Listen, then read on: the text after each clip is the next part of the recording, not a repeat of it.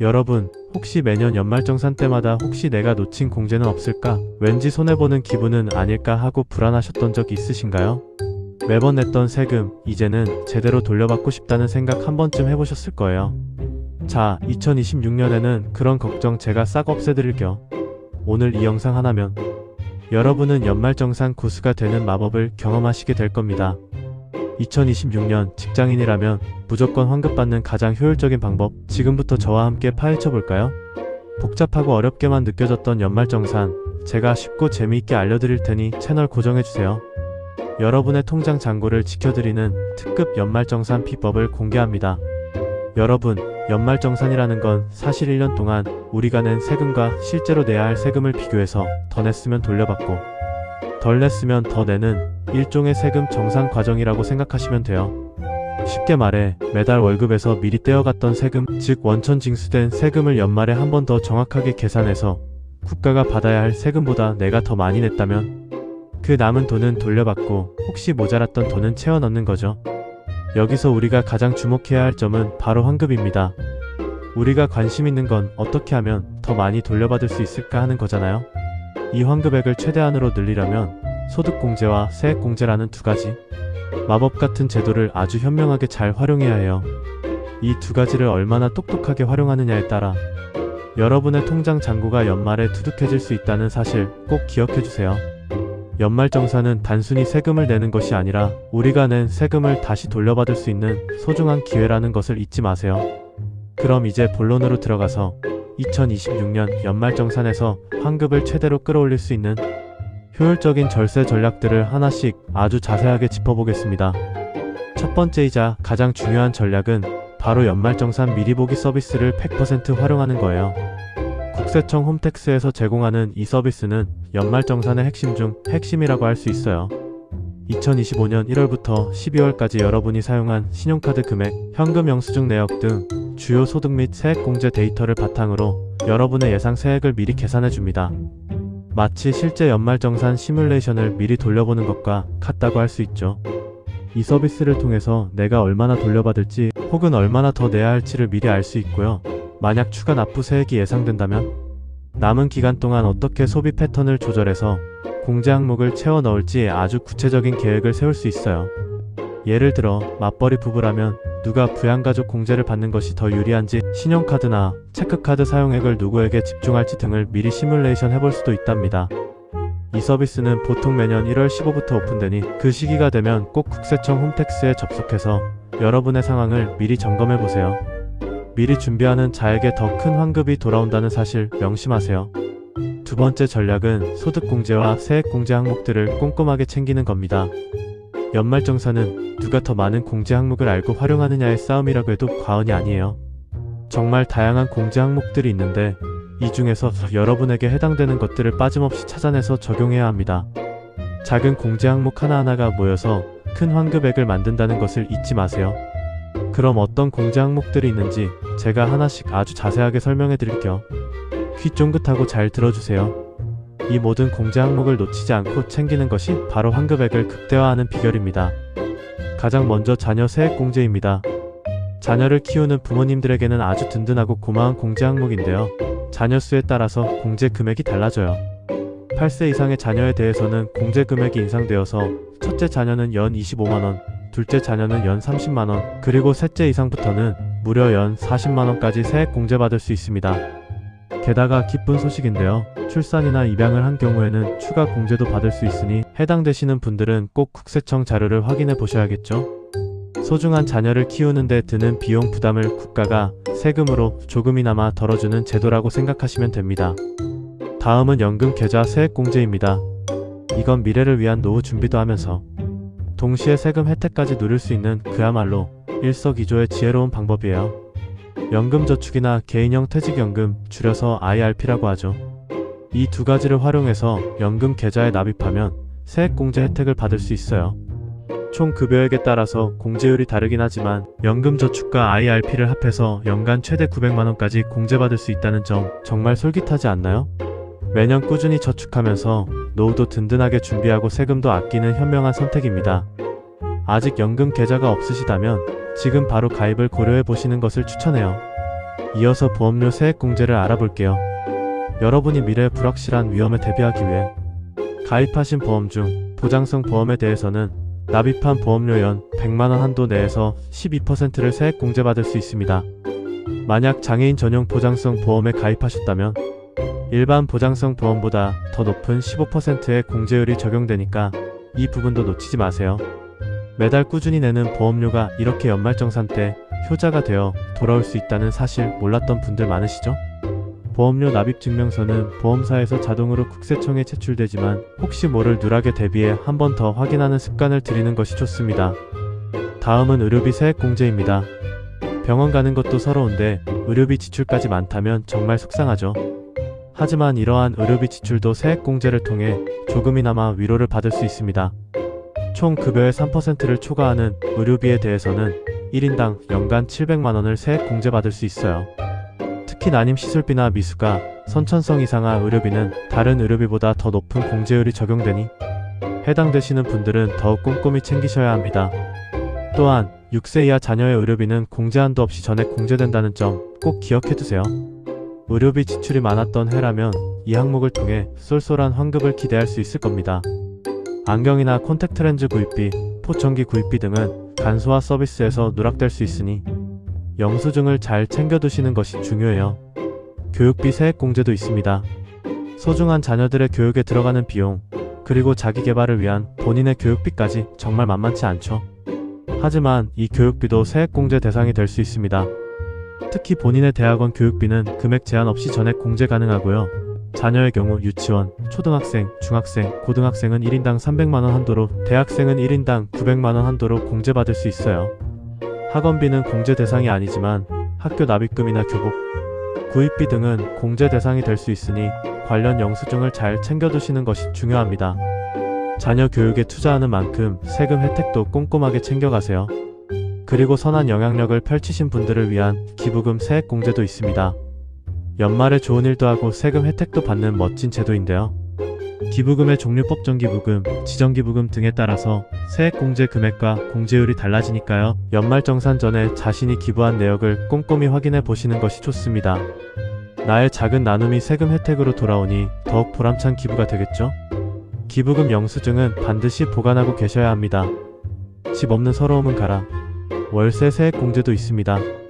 특히 무주택 근로자분들에게 아주 유용한 공제인데요. 총 급여가 8천만원 이하인 무주택 근로자라면 월세액에 대해서 세액공제를 받을 수 있어요. 매달 나가는 월세가 아깝게 느껴졌다면 연말정산 때 이 항목을 꼭 챙기셔서 조금이라도 돌려받으세요. 월세액의 15% 총 급여 5,500만원 이하는 17%를 공제받을 수 있으며 연간 750만원 한도입니다. 임대차 계약서와 월세 이체 내역 등 증빙서류를 꼼꼼하게 준비해야 공제를 받을 수 있습니다. 특히 청년층에게 아주 유용한 공제 항목이니 놓치지 마세요. 자, 다음은 아마도 가장 많은 분들이 활용하시는 신용카드 및 체크카드 등 사용액 소득 공제입니다. 이 공제는 총 급여의 25%를 초과하는 금액부터 공제가 적용되는데 체크카드의 공제율이 신용카드보다 높다는 점은 이미 많은 분들이 알고 계실 거예요. 신용카드는 15%, 체크카드와 현금 영수증은 30%의 공제율이 적용됩니다. 또한 도서, 공연, 박물관, 미술관 등 문화비 지출과 전통시장, 대중교통 이용액은 더 높은 공제율을 적용받을 수 있습니다. 지출 계획을 세울 때 이 부분을 고려해서 체크카드나 현금 영수증 사용 비중을 높이는 것이 현명한 방법이 될 수 있습니다. 무조건 많이 쓴다고 좋은 건 아니니 공제 한도와 비율을 잘 따져서 효율적으로 사용해야겠죠? 연말정산 미리 보기 서비스를 통해 내 소비 패턴을 분석하고 남은 기간 동안 어떻게 소비해야 더 많은 공제를 받을 수 있을지 전략을 세워보는 것을 추천합니다. 이색적인 공제 항목도 하나 소개해드릴게요. 바로 고향사랑 기부제입니다. 내가 응원하는 고향에 기부를 하고 세액공제 혜택까지 받을 수 있는 제도인데요. 10만원까지는 전액 세액공제된다는 점이 매력적이죠. 10만원 초과분에 대해서는 16.5%의 공제율이 적용됩니다. 지역 경제도 살리고 세금 혜택도 받는 멋진 제도 꼭 한번 이용해보세요. 기부하면 받을 수 있는 답례품도 쏠쏠한 재미를 더해줍니다. 그리고 새롭게 신설되어 화제가 되고 있는 결혼 세액공제도 있습니다. 2025년에 혼인신고를 한 부부라면 1인당 50만원씩 세액공제를 받을 수 있어요. 이 공제는 2026년까지 적용된다고 하니 결혼 예정이신 분들이나 이미 혼인신고를 마치신 신혼부부들은 이 기회를 절대 놓치지 마세요. 결혼의 기쁨에 세금 혜택까지 더해지면 더욱 행복한 신혼생활을 시작할 수 있겠죠? 혼인관계, 증명서 등 관련 서류를 잘 챙겨야 합니다. 마지막으로 주택청약 종합저축 소득공제입니다. 내 집 마련의 꿈을 키우고 있는 많은 근로자분들에게 희소식인데요. 총 급여가 7천만원 이하인 무주택 세대주 근로자가 주택청약 종합저축에 납입하면 납입액의 40%를 연간 300만원 한도 내에서 소득공제받을 수 있어요. 매달 꾸준히 저축하면서 내 집 마련의 꿈도 키우고 세금 혜택도 받는 일석이조의 공제 항목이죠. 아직 주택청약 종합저축에 가입하지 않으셨다면 지금 바로 가입을 고려해보세요. 이렇게 다양한 공제 항목들을 살펴보았는데요. 이제부터는 이 항목들을 어떻게 하면 더 효율적으로 활용할 수 있는지 몇 가지 꿀팁을 더 알려드릴게요. 이 꿀팁들은 여러분의 환급액을 극대화하는 데 결정적인 역할을 할 것입니다. 먼저 맞벌이 부부 전략입니다. 맞벌이 부부는 연말정산 때 누구 명의로 공제를 받는 것이 유리한지 아주 신중하게 잘 따져봐야 해요. 일반적으로 소득이 높은 배우자에게 부양가족 공제를 몰아주는 것이 유리할 수 있습니다. 이는 소득이 높은 사람의 한계세율이 더 높기 때문인데요. 한계세율이 높을수록 공제로 인한 세금 절감 효과가 더 커진다는 원리입니다. 예를 들어 신용카드 공제의 경우 총 급여의 25%를 넘어야 공제가 적용되기 때문에 연봉이 높은 한쪽 배우자의 카드를 집중적으로 사용하는 것이 더 많은 공제를 받을 수 있는 방법이 될 수 있어요. 의료비도 마찬가지인데요. 총 급여의 3%를 초과하는 금액부터 공제가 시작되니 의료비 지출이 많았던 배우자에게 의료비 공제를 몰아주는 것이 유리할 수 있습니다. 각 가정의 소득 수준과 지출 패턴에 맞춰 최적의 전략을 세우는 것이 중요해요. 필요하다면 부부가 함께 연말정산 전문가의 도움을 받는 것도 좋은 방법입니다. 다음은 청년들을 위한 특별한 팁입니다. 사회초년생이라면 반드시 알아두어야 할 꿀팁들이 몇 가지 있는데요. 중소기업에 취업한 청년이라면 청년 중소기업 취업자 소득세 감면 혜택을 받을 수 있습니다. 이 제도는 중소기업에 취업한 청년들의 세금 부담을 줄여주기 위한 것으로 일정 기간 동안 소득세 감면 혜택을 제공합니다.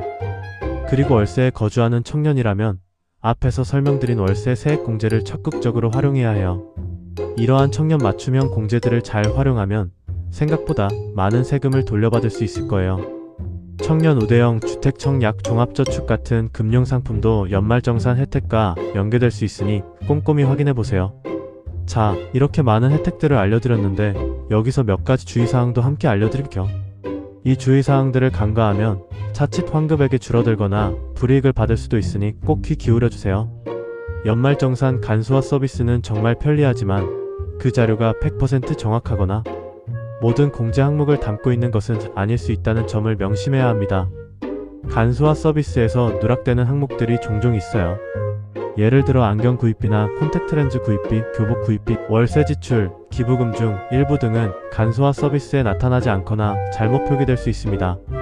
그러니 간소화 서비스 자료만 맹신하지 마시고 여러분의 지출 내역을 꼼꼼히 확인하고 필요한 서류는 직접 챙겨서 제출하는 습관을 들이는 것이 중요해요. 혹시 모를 누락을 대비해 영수증이나 증빙 서류를 잘 보관해 두는 것이 현명합니다. 그리고 또 한 가지, 소득공제 항목별로 공제율과 한도가 정해져 있기 때문에 무작정 지출을 늘린다고 해서 다 공제가 되는 건 아니라는 점도 알아두셔야 합니다. 과도한 지출은 오히려 불필요한 낭비로 이어질 수 있으니 나에게 꼭 필요한 지출을 하면서 세금 혜택까지 받는 것이 가장 효율적이고 현명한 방법이겠죠? 또한 공제 요건을 충족하지 못하는데도 공제를 신청하면 추후 가산세가 부과될 수 있으니 정확한 요건 확인이 필수입니다. 마지막으로 연말정산에 대한 추가 정보들을 알려드릴게요. 국세청 홈택스에서는 앞서 말씀드린 연말정산 간소화 서비스뿐만 아니라 미리보기 서비스도 제공하고 있으니 적극적으로 활용해보세요. 특히 미리보기 서비스는 연말정산 최종 제출 전에 여러분의 세금 부담을 예측하고 절세 계획을 세우는 데 큰 도움을 줄 것입니다. 그리고 한국납세자연맹과 같은 전문 기관에서는 연말정산 계산기나 전문 상담 서비스를 제공하기도 하니까요. 혹시라도 복잡하고 어려운 부분이 있다면 이런 전문 서비스를 이용해보는 것도 큰 도움이 될 겁니다. 연말정산 관련하여 궁금한 점이 있다면 주저하지 말고 찾아보세요. 국세청 블로그나 유튜브 채널에서도 유익한 정보를 많이 얻을 수 있습니다. 어떠세요? 복잡하고 머리 아프게만 느껴졌던 연말정산이 조금은 쉬워지고 이제는 나도 잘할 수 있겠다는 자신감이 생기셨나요? 2026년에는 오늘 제가 알려드린 꿀팁들을 잘 활용하셔서 여러분 모두가 연말정산 환급의 주인공이 되셨으면 좋겠습니다. 연말정산, 이제는 더 이상 어렵지 않아요. 조금만 관심을 가지고 미리 준비한다면 여러분의 소중한 세금을 제대로 돌려받는 현명하고 똑똑한 직장인이 될 수 있습니다. 여러분의 통장에 환급액이 차곡차곡 쌓이는 그날까지 제가 늘 응원하겠습니다. 궁금한 점이 있다면 언제든지 댓글로 남겨주세요. 제가 아는 선에서 최대한 도움을 드리겠습니다. 다음에도 여러분의 지갑을 두둑하게 해줄 유익한 정보로 찾아올게요. 안녕.